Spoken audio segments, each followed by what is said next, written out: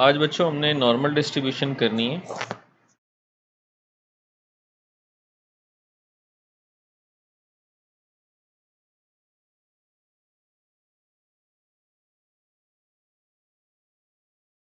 Okay, so normal distribution बड़ी important चीज़ है S1 के अंदर। बेटा इसमें हमारे पास कोई 15 मार्क्स के करीब पेपर आता है और इसलिए ये बहुत इंपॉर्टेंट है, इसको ध्यान से समझना।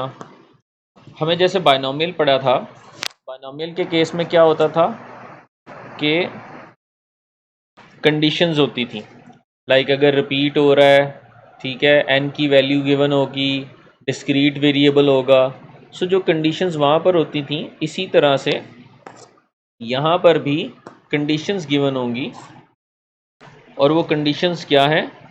कंडीशन हमारे पास जो यहाँ गिवन है बेटा,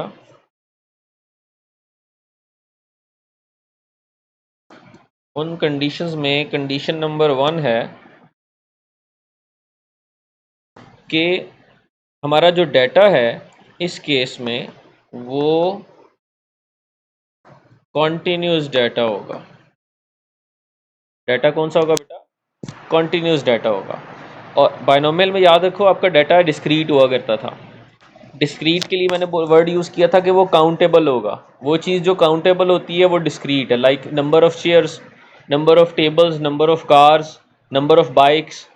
ये देखो, ये काउंट कर सकते हो, लाइक नंबर ऑफ़ चेयर होंगी 1 या 2 या 3 या 4, चेयर्स 1.5 1.2 इस तरह से नहीं होती। So these values are known as discrete values, ठीक है, जो काउंटेबल होती हैं। सो डिस्क्रीट वैल्यूज़ कौन सी हैं? ये कॉन्टीन्यूस कौन सी होती हैं?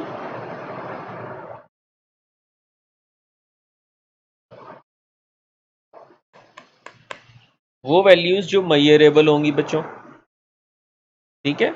मेजरेबल मतलब फॉर एग्जांपल आपके पास हाइट है किसी भी चीज़ की, एरिया है, वेट है, ठीक है, लेंथ है। बच्चों ये सारी की सारी चीज़ें क्या होती हैं? ये मेजरेबल होती हैं। सो जो मेजरेबल चीज़ें होंगी वो कॉन्टीन्यूस होंगी, ठीक है। सो ऐसी क्वांटिटीज़ जो बच्चों क्या होती हैं? मेजरेबल होती हैं। वो सारी की सारी क्वांटिटीज़ क्या होती हैं? वो कॉन्टीन्यूस होती हैं, ठीक है, कॉन्टीन्यूस डाटा के अंदर आती है। क्लियर होगी बात? और कॉन्टीन्यूस डाटा, डाटा का मतलब क्या था? जो आउटकम्स की बात कर रहे हैं हम, डाटा मीन्स आउटकम्स, ठीक है बेटा। सेकंड जो रिक्वायर वो इसकी कंडीशन है, दैट इज जो आपका डाटा होगा बच्चों वो सिमेट्रिकल होगा। डाटा क्या होगा? सिमेट्रिकल होगा। सिमेट्री, लाइन ऑफ सिमेट्री याद है? वो लफ्ज़ में पढ़ा था, that divides the shape into 2 equal parts. Mirror line होती है जो।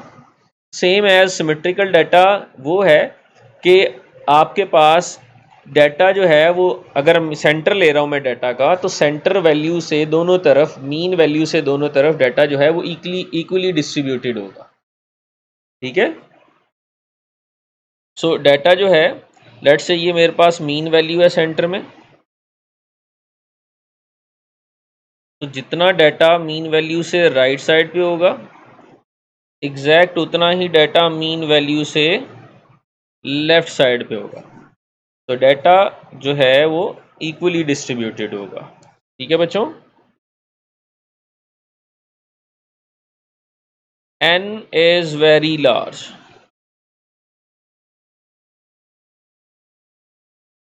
ठीक है। n जो है ना यहाँ पर वो काफ़ी लार्ज नंबर होगा। आपको याद है हम लोगों ने बायनोमियल में हमने ये पढ़ा था, उसमें जब आपके पास p of x is like for example होता था ग्रेटर देन 5, और टोटल जो है हमारे पास उसने कहा था कि थ्रो किया हुआ है 8 टाइम्स, ठीक है, या फॉर एग्जांपल वो कहता था जी आपने ये थ्रो किया है 20 टाइम्स, n इक्वल्स टू 20 था, तो आप लोग क्या करते होते थे? ग्रेटर देन 5 का मतलब है कि P X equals to 6 plus P X equals to 7 plus सोन करते करते probability of X equals to 20 तक जाते थे। ठीक है, लेकिन हम कहते थे ये काफ़ी लेंथी प्रोसीजर है, तो क्यों ना ऐसा किया जाए कि probability of X equals to 0 plus 1 plus 2 3 4 यहाँ तक और 5, बजाय इसके कि मैं 6 से लेके 20 तक कैलकुलेट करूं, मैं ये 0 से लेके 5 तक कैलकुलेट करूंगा और इस सारे को 1 में से माइनस करूंगा तो आंसर आ जाएगा। ऐसा किया था ना हमने। तो बच्चों अब प्रॉब्लम इज कि अगर जैसे ये तो ग्रेटर देन 5 है, सपोज n होता 120 और probability of x greater than 50 होता। अब अगर मैं ग्रेटर की तरफ जाऊं 50 से ग्रेटर, तो 51 52 53 120 तक जाना पड़ेगा, जो कि बहुत ज़्यादा वैल्यूज़ हैं। और अगर मैं 50 से कम वाली वैल्यू निकाल के 1 से माइनस करना चाहूँ, वो भी मुझे 49 वैल्यूज़ निकालनी पड़ेंगी। सो इसका मतलब है कि ये n बहुत बड़ा है और मुझे ये जो वैल्यूज़ मैं निकालना चाह रहा हूँ, जैसे इस केस में कोई 5-6 वैल्यूज़ थी तो बड़ी आसानी से मैंने कैलकुलेट कर ली, बट इस केस में नंबर ऑफ वैल्यूज़ आ रही हैं 49। सो वो बहुत मुश्किल काम है। ठीक है, तो फिर जब ऐसी कंडीशन आएगी बेटा, तो इसको हम सॉल्व करेंगे थ्रू नॉर्मल डिस्ट्रीब्यूशन। इसको किससे सॉल्व करेंगे बच्चों? नॉर्मल डिस्ट्रीब्यूशन से। ठीक है बेटा। अच्छा, सो अब हम क्या करने वाले हैं, ये 3 कंडीशंस है बच्चों। Number 1 is continuous, number 2 is क्या है, डेटा कॉन्टिन्यूस है, नंबर 2 सिमेट्रिकल है, और नंबर 3 क्या है, एन जो है वो काफ़ी लार्ज नंबर होना चाहिए। ये बात समझ आ गई? आप देखो एक एक्सपेरिमेंट लेते हैं। सपोज एक एक्सपेरिमेंट लेते हैं जनाब हम, कि हमारे पास एक क्लास है ओ लेवल्स की, ठीक है, और उसके अंदर हमारे पास वेट ऑफ डिफरेंट स्टूडेंट है, वेट ऑफ स्टूडेंट्स है। ठीक है, सो x इक्वल्स टू, इस केस में बच्चों आ जाएगा वेट। ठीक है, ये हमारा डाटा है। अब नोट करना, आपके पास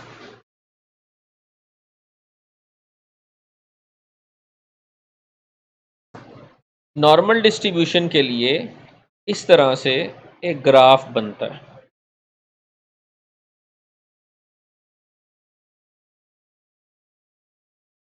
ठीक है जी, और ये ग्राफ जो है वो कुछ इस तरह से होता है बेटा।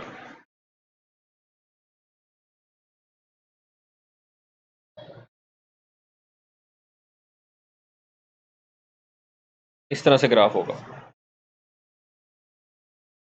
इस ग्राफ को यानी एफ एक्स को बच्चों हम बोलते हैं कि ये क्या है, ये है बेटा प्रोबेबिलिटी फंक्शन। ठीक है बच्चों, ये है प्रोबेबिलिटी फंक्शन।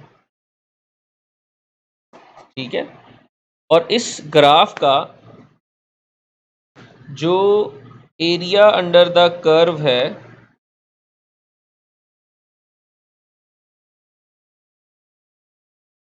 ठीक है, एरिया अंडर द कर्व,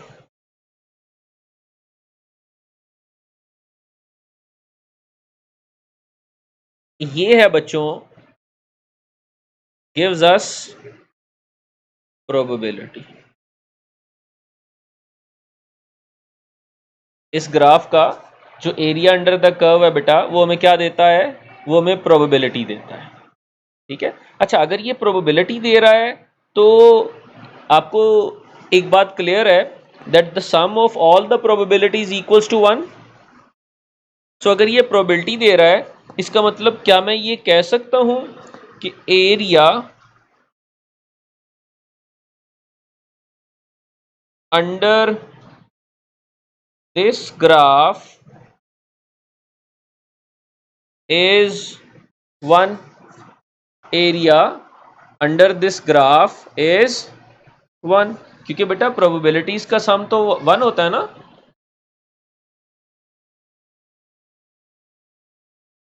तो इसका मतलब एरिया अंडर द ग्राफ 1 होगा। और दूसरी चीज, एक बात और बच्चों, ये जो सेंटर में लाइन आपको नजर आ रही है ना, ये वर्टिकल लाइन जो सेंटर में आपको नजर आ रही है ये वाली, दिस इज कॉल्ड मीन। इसे हम क्या कहते हैं? मीन।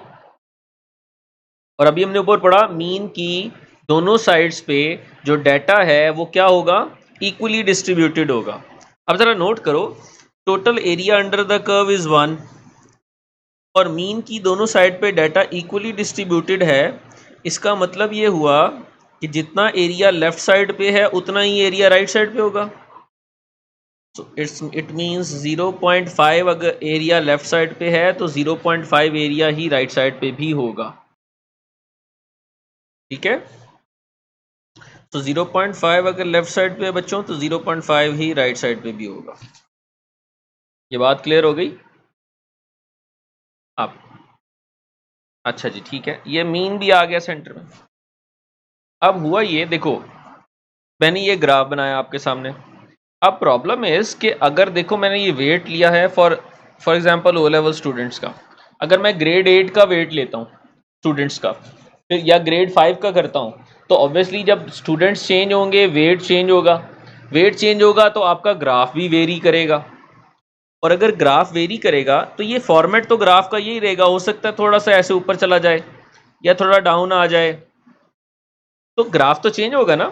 सो इट मीन्स कि ग्राफ चेंज होगा तो फिर वैल्यूज चेंज होंगी, वैल्यूज चेंज होंगी तो फिर दोबारा से, यानी हर दफा हमें नया ग्राफ बनाना पड़ेगा। इसीलिए हुआ क्या, मैथमेटिशियंस ने एक ही ग्राफ बनाया बच्चों और उसके साथ एक टेबल दे दिया हमें और कहा ये टेबल को यूज करते हुए कोई भी क्वेश्चन आए सॉल्व कर लो। And that table is known as G table. Sir screen में आ रही है। और वो टेबल बेटा क्या है? जी टेबल है। ठीक है जी, ओके। सो उस टेबल को क्या बोला उन्होंने? जी टेबल। ठीक है, अब वो जी टेबल क्या है उसको भी देखते हैं और ये ग्राफ के थ्रू कैसे इसको सॉल्व करना है उसको भी देखते हैं बेटा। चलें अब जी टेबल लेकर आते हैं। अच्छा, सो ये टेबल आपके सामने आ गया बच्चों, ये जी टेबल है। पहले थोड़ा सा इस टेबल का आइडिया ले लें। अगर आप इस टेबल को देखो। सर जी बेटा। सर आप ये पहले पढ़ा नहीं चुके ये वाला जी टेबल वाला पिछली क्लास जी में, जी बेटा, जिसपे मैं आपने नॉर्मल सारा कुछ। डिस्ट्रीब्यूशन की टाइप 1 और टाइप 2 दोनों दोबारा, क्योंकि वो लास्ट जो है ना ऑलमोस्ट हमारा काफ़ी देर पहले लेसन हुआ था, तो इसलिए मैं जो है ना अच्छा इसको अच्छा, अभी दोबारा रिवाइज करके फिर टाइप 2 पे जा रहा हूँ। चलिए ठीक है, थैंक यू सर। बिकॉज ये आपको अगर नहीं क्लियर होगा तो टाइप 2 क्लियर नहीं होगी। अच्छा, सो बच्चों ये नोट करें ज़रा इस टेबल के ऊपर। पहली चीज़ तो आपको एक बात पता होनी चाहिए कि अगर वो कोई भी वैल्यू आपको बताएगा जी की, तो आपके पास जो टेबल के अंदर वैल्यू है, ठीक है, वो ये जी की वैल्यू है। एक चीज़ पहले और नोट कर लें बच्चों, वो क्या है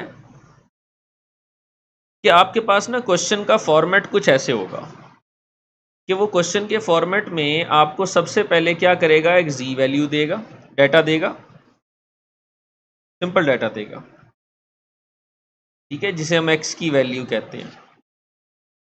उस डाटा पर आप फॉर्मूला अप्लाई करेंगे। उस फॉर्मूला से आप z वैल्यू फाइंड करेंगे बच्चों, और z वैल्यू फाइंड करने के बाद आप टेबल को यूज़ करते हुए और ग्राफ को यूज़ करते हुए आंसर कैलकुलेट करेंगे। ठीक है, यानी वो x की वैल्यू गिवन देगा आपको, आप उस x की वैल्यू पे फॉर्मूला लगाओगे। बच्चों फॉर्मूला कौन सा लगाओगे? z equals to x minus mu और स्टैंडर्ड डेविएशन। ठीक है बच्चों, ये जो x की वैल्यू है ये डाटा है, और ये क्वेश्चन में गिवन होगा। दूसरे नंबर पर हमारे पास क्या आ रहा है? म्यू। दूसरे नंबर पे हमारे पास आ रहा है म्यू। ये बच्चों मीन होता है, और ये भी आपको गिवन होगा। और थर्ड नंबर पे बेटा हमारे पास क्या आ रहा है? Standard deviation.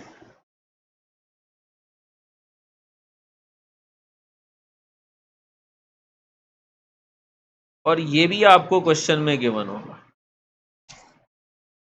ठीक है, सो एक्स की वैल्यू भी गिवन होगी, मीन की वैल्यू भी गिवन होगी, स्टैंडर्ड डेविएशन भी गिवन होगा। ये तीनों वैल्यूज पुट करके जो आंसर आएगा that will be your Z value.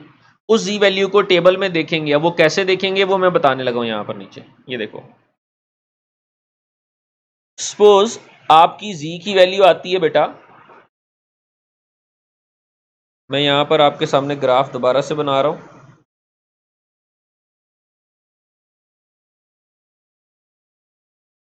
ये रहा स्टैंडर्ड डेविएशन क्या चीज है? जी।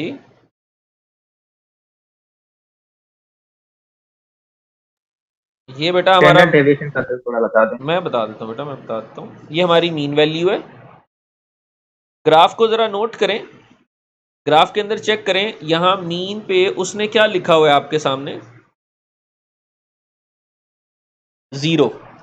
सो इन दिस ग्राफ बच्चों जो मीन की वैल्यू है वो हमेशा क्या होगी? 0 होगी। और ये देखिए ज़रा, उसने टेबल में बताया भी हुआ है कि मीन जो है वो क्या होगा? If z has a normal distribution with mean 0, और इस ग्राफ के अंदर वेरिएंस कितना है बच्चों? 1। अभी मैं आता हूँ इसके ऊपर के वेरिएंस 1 है, लेकिन मीन की वैल्यू अभी क्या है? मीन 0 है। तभी तो हमने कहा था मीन की दोनों साइड्स पर इक्वली डिस्ट्रीब्यूटेड होता है ग्राफ। सो इस लाइन की लेफ्ट साइड पे भी 0.5 होगा और इस लाइन की राइट साइड पे भी 0.5 होगा, तभी तो टोटल 1 आ रहा है प्रोबेबिलिटी का। पहली बात बच्चों ये आपको समझ आ गई, मीन 0 है। सेकंड चीज बेटा, जो भी z वैल्यू आप फॉर्मूला लगाकर कैलकुलेट करेंगे, लेट्स से ये z की वैल्यू आ रही है, z इक्वल्स टू 0.73, तो ये टेबल आपको उस z वैल्यू से लेफ्ट साइड का पोर्शन जितना भी होगा एरिया अंडर दिस कर्व वो सारा बताएगा। ठीक है, ये टेबल क्या करेगा? उस z वैल्यू से लेफ्ट साइड का जितना भी पोर्शन है बेटा एरिया अंडर द कर्व वो आपको कैलकुलेट करके दे देगा। ठीक हो गया? फिर अब इस टेबल को रीड कैसे करना है बच्चों? इस टेबल के अंदर ये जो ये वाली वैल्यूज है ना, these values are known as z values, और ये भी z वैल्यूज हैं। तो ये हॉरिजॉन्टल और वर्टिकल z वैल्यूज हैं बेटा। ये जो यहाँ पे आपको वैल्यूज नजर आ रही हैं वर्टिकली, ये 1 डेसिमल प्लेस है।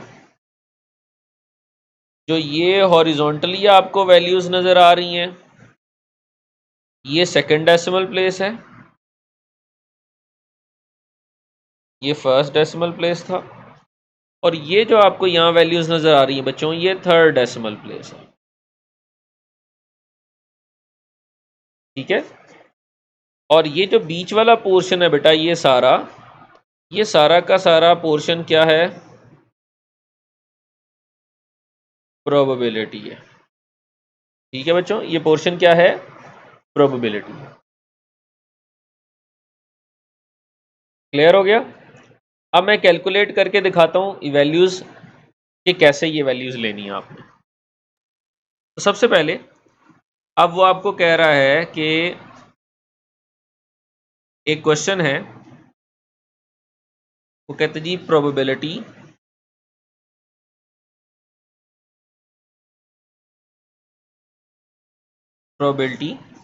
Of x less than 0.37। ठीक है, तो आपने क्या करना है, आपने रैंडम इस तरह से एक ग्राफ बनाना। ये कोई मैयर्ड ग्राफ नहीं है। 0.37 सपोज यहां पर आ रही थी 0.37,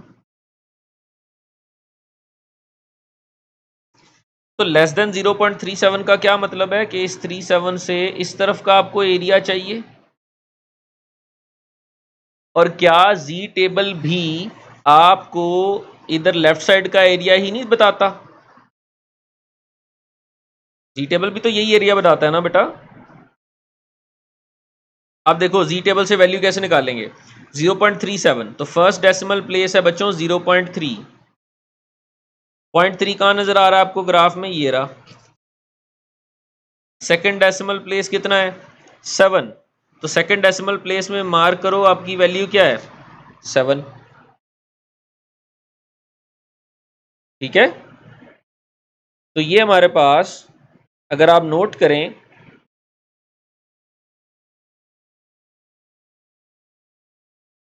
तो यहां से लेफ्ट आते जाएं और यहां से डाउन आते जाएं। कहां पर मिल रही हैं ये वैल्यूज, कंबाइन कहां पर हो रही हैं, ये रही। सो इट मीन्स कि जो आंसर है इसका वो बच्चों क्या होगा, 0.6443। ठीक हो गया, ये हमारा आंसर आ गया। अगर वो आपको कहता कि p of x less then 0.425 बताएं, तो 0.4 मार्क करें जरा, कहां पर है डाटा में, ये रहा 0.4। ये सेकंड डेसिमल प्लेस है 2, तो बेटा 2 कहाँ है, ये रहा 2। तो यहां से राइट जाएं, यहां से डाउन आए। सो ये कौन सी वैल्यू बनती है, 0.6628। लेकिन यहाँ तो थर्ड डेसिमल प्लेस भी है, तो अब आगे चलो थर्ड डेसिमल प्लेस पे भी चलते हैं। थर्ड डेसिमल प्लेस है 5 बेटा, ये रहा 5। तो यहाँ आगे चलते जाएं और वहां से नीचे आते जाएं, तो कौन सी वैल्यू बनती है, ये 18। और नोट करें उसने खुद बताया हुआ है कि ये जो थर्ड डेसिमल प्लेस का आंसर होगा ना, इसको आपने ऐड करना है। तो ये जो 18 आया बेटा, इसको आप एक्सट्रीम राइट साइड पे क्या कर लोगे, ऐड कर लोगे, एक्सट्रीम राइट साइड पे। तो 8 और 8 16, 1 कैरी, 1 और 2 3 और 1 4, 6 6.0, तो 0.6646 जो है ये हमारा आंसर आ गया बेटा। ठीक है, अगर यही वो आपको कहता नहीं भाई आप ये नहीं बताओ, आप साइन चेंज मैं कर रहा हूं, x ग्रेटर देन 0.25 है, ये बता दो, ग्रेटर देन 0.25। तो बच्चों आप टेबल दोबारा बनाओगे, ये जो ग्राफ दोबारा बनाओगे, 0.28 कहाँ आता है, ये सेंटर की लाइन है। 0.28 कहाँ पर आएगा बेटा, इसको इरेज करते हैं, कह रहा है 0.25 से राइट जाना है आपने, ग्रेटर।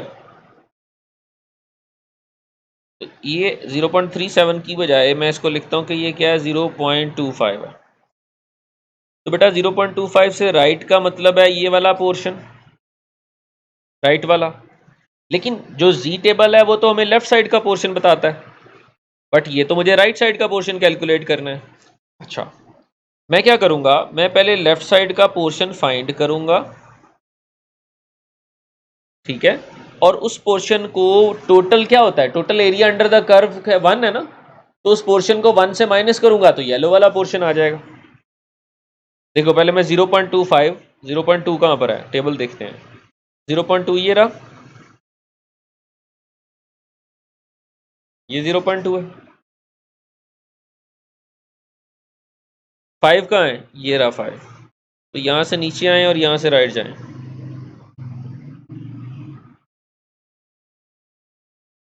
तो ये वाली वैल्यू है 0.5987।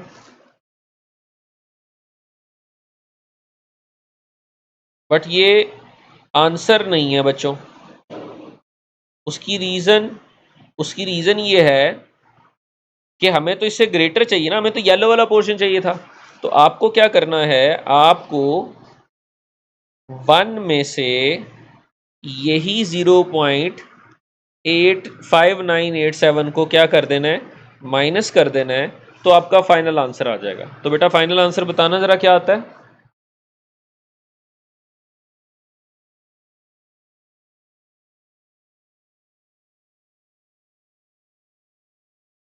सर जरा ओबीएस फुल स्क्रीन कर दीजिएगा।